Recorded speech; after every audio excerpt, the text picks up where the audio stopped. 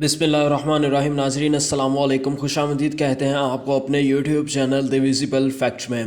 ناظرین، اس ملک میں ہونے کیا جا رہا ہے یہ آج ہم نے آپ کو بتانا ہے، اور اس سے بھی بڑی خبر جناب یہ ہے کہ آرمی چیف اور D G I S I کی ایک ہی دن میں دو اہم ملاقاتیں جو ہیں وہ ہوئی ہیں۔ اس کے علاوہ آرمی چیف نے کل ایک کانفرنس کے دوران جو ہے وہ خطاب بھی کیا ہے، اس میں انہوں نے جو ہمارے موجودہ پرائم منسٹر شہباز شریف اور جو ہماری موجودہ کابینہ ہے، یعنی جو پی ڈی ایم کی حکومت میں شامل افراد ہیں، ان سے کیا بات چیت کی ہے، ان کو کیا کہا ہے، وہ آپ کے ساتھ ہم نے شیئر کرنا ہے۔ یہ تو خیر آپ تمام لوگوں کو ہی معلوم ہوگا کہ ملک کے حالات جو ہیں وہ سنگین سے سنگین اور بد سے بدترین ہوتے جا رہے ہیں۔ اس میں سب سے بڑا کردار جو ہے وہ تو رجیم چینج سازش کا ہے کہ جس کے ذریعے ایک منتخب حکومت جو ہے جس کو گرا دیا گیا، اور اس کے بعد جو ہے وہ پھر دیگر امور جو ہیں وہ سر انجام ہوئے دیے گئے۔ ان میں یہ تھا کہ جو ملک کی معیشت جو ہے وہ پھر تباہ و برباد ہو گئی، غریب کے اوپر ٹیکسز بڑھ گئے، مہنگائی میں اضافہ ہو گیا، ملک کی معیشت جو ہے وہ انسسٹینیبل ہو گئی، ایک یعنی کہ وہ مستحکم بھی نہیں رہی، اور جو آلریڈی اس میں استحکام تھا وہ اس سے بھی لڑکھڑا گئی۔ اور آج حالات کچھ اس طرح سے ہیں کہ آپ کو ذرا سا بھی تھوڑا سا بھی جھٹکا لگے تو یقینی طور پر آپ ڈیفالٹ کر جائیں گے، اور ڈیفالٹ کا مطلب ہے کہ ملک کسی کے بھی ہاتھ میں نہیں رہے گا، پھر نہ اس ملک میں غریب کے پاس کھانے کو روٹی رہے گی اور نہ کچھ اور۔ ایسے میں دو اہم ملاقاتیں ہوئی ہیں، ان ملاقاتوں کا احوال جو ہے وہ آپ کو بتائیں گے، لیکن اس کے ساتھ ساتھ دیگر کچھ اہم خبریں ہیں ہمارے پاس، وہ ہم آپ کو بتا دیتے ہیں۔ ان میں سب سے بڑی اور اہم خبر تو جناب یہ ہے کہ ظاہر شاہ کو نیب کا چیئرمین تعینات کر دیا گیا ہے۔ نوٹیفیکیشن کے مطابق ظاہر شاہ کو قومی احتساب ایکٹ 1999 کے سیکشن 6B کے تحت چیئرمین نیب تعینات کیا گیا ہے۔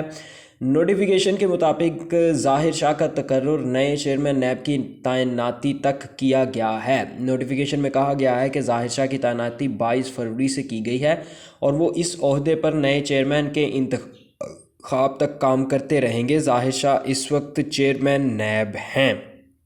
یعنی جو آپ کو پتا ہوگا کہ آفتاب سلطان نے چیئرمین نیب کے عہدے سے استعفیٰ دیا، اور انہوں نے چیئرمین نیب کے عہدے سے استعفیٰ اس لیے دیا تھا کیونکہ وہ نہیں چاہتے تھے کہ جو حکومت ان کے اوپر یا حکومت یا کسی اور طرف سے جو ان کے اوپر ایک دباؤ ڈالا جا رہا ہے کہ جناب وہ عمران خان کے خلاف اور حکومت کے جو مخالفین ہیں ان کے خلاف ایک باقاعدہ طور پر کیمپین چلائیں، ایک مہم کے تحت ان کو گرفتار کریں، ان کے خلاف کیسز کھولے جائیں۔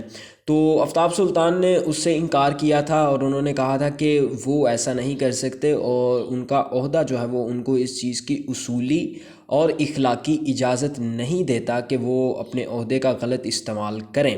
تو اس کے بعد جو ہے وہ پھر حکومت نے نیا چیئرمین نیب جو ہے وہ ڈھونڈنا شروع کر دیا جو کہ ان کے اشاروں پر ناچے، جس طرح ہمارے پچھلے چیئرمین نیب جاوید اقبال صاحب جو تھے وہ اسٹیبلشمنٹ کے اشاروں پر ناچتے تھے، اور اسٹیبلشمنٹ کے کہنے پر وہ لوگوں کے خلاف کیس بناتے تھے اور کیس ختم کرتے تھے۔ تو اسی طرح حکومت چاہ رہی تھی کہ ان کو کوئی اس طرح کا پپیٹ کٹ پتلی میں چیئرمین نیب ملے، وہ ان کو مل گیا ہے ظاہر شاہ۔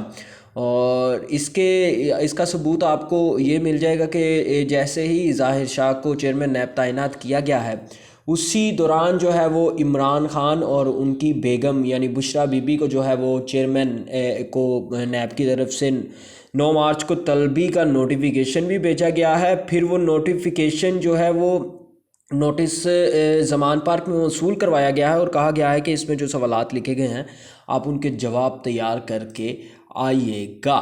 اس کے علاوہ ایک اور اہم خبر ہے جناب، اور وہ یہ ہے کہ ممنوعہ فنڈنگ کیس میں بینکنگ کورٹ اسلام آباد نے chairman Pakistan Tehreek Insaf P T I Imran Khan کو 28 فروری کو پیش ہونے کا حکم دے دیا۔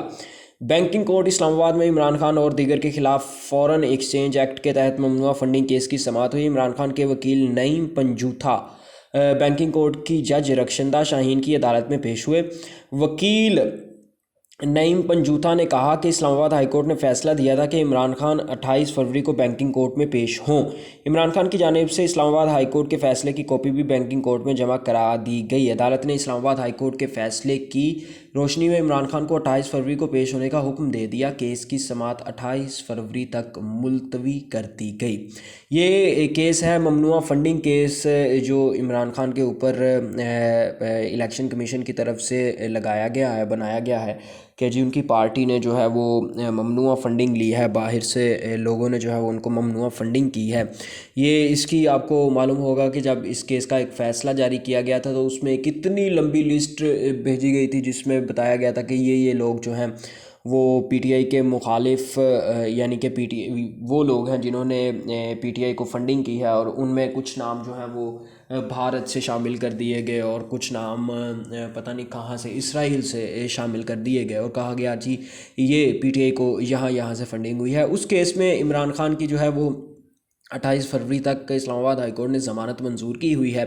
इसके अलावा जो तोशा खाना का केस है उसमें लाहौर हाई कोर्ट ने 3 मार्च तक उनकी ज़मानत मंजूर की हुई है, यानी कि 3 मार्च तक हुकूमत उनको गिरफ़्तार नहीं कर सकती है और 28 फरवरी तक जो है वो उनको इस सिलसिले में गिरफ़्तार नहीं किया जा सकता है। इसके अलावा जनाब एक बहुत अहम डेवलपमेंट है और वो ये कि वफाकी वज़ीर दाखिला राना सनाउल्लाह ने कहा है कि हमारी हुकूमत गिराने और पीटीआई को लाने में जनरल रिटायर्ड बाजवा का ही हाथ था। जियो न्यूज़ के प्रोग्राम नया पाकिस्तान में गुफ्तगू करते हुए राना सनाउल्लाह ने कहा कि सरगोदा जलसे में मुझे तस्वीरों का नहीं पता और ये कोई डील का हिस्सा नहीं। जनरल रिटायर्ड बाजवा की किसी से क्या डील होनी है, जिनसे डील थी वो अब भी उनके खिलाफ सुबह शाम बात करते हैं। उन्होंने कहा कि हमारी हुकूमत गिराने और पीटीआई को लाने में जनरल रिटायर्ड बाजवा का ही हाथ था। पीटीआई वाले ये बात क्यों नहीं करते, हर बुराई उनके ज़िम्मे लगाते हैं। वज़ीर दाखिला का कहना था कि नून लीग का जो मौक़िफ़ है उनमें जो 5 साहिबान हैं उनमें 2 फ़ौज के रिटायर्ड जनरल बाजवा और फैज़ हमीद है, 2 अदलिया के साबिक चीफ जस्टिस साकिब निसार और खोसा हैं, जबकि 5वें बेनिफिशरी इमरान खान हैं।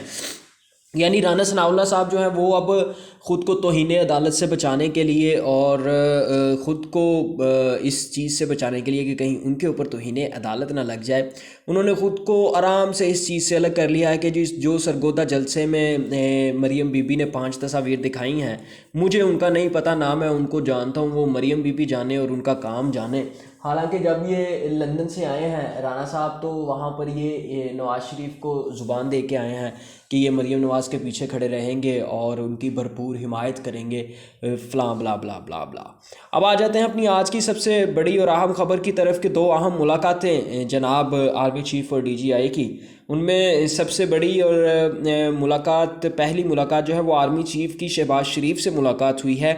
उसके बाद डीजीआईएसआई की लेफ्टिनेंट जनरल नदीम अंजुम की जो है वो शहबाज शरीफ से मुलाकात हुई है। वज़ीर-ए-आज़म हाउस में होने वाली मुलाकात में मुल्क की सिक्योरिटी सूरत हाल का जायज़ा लिया गया।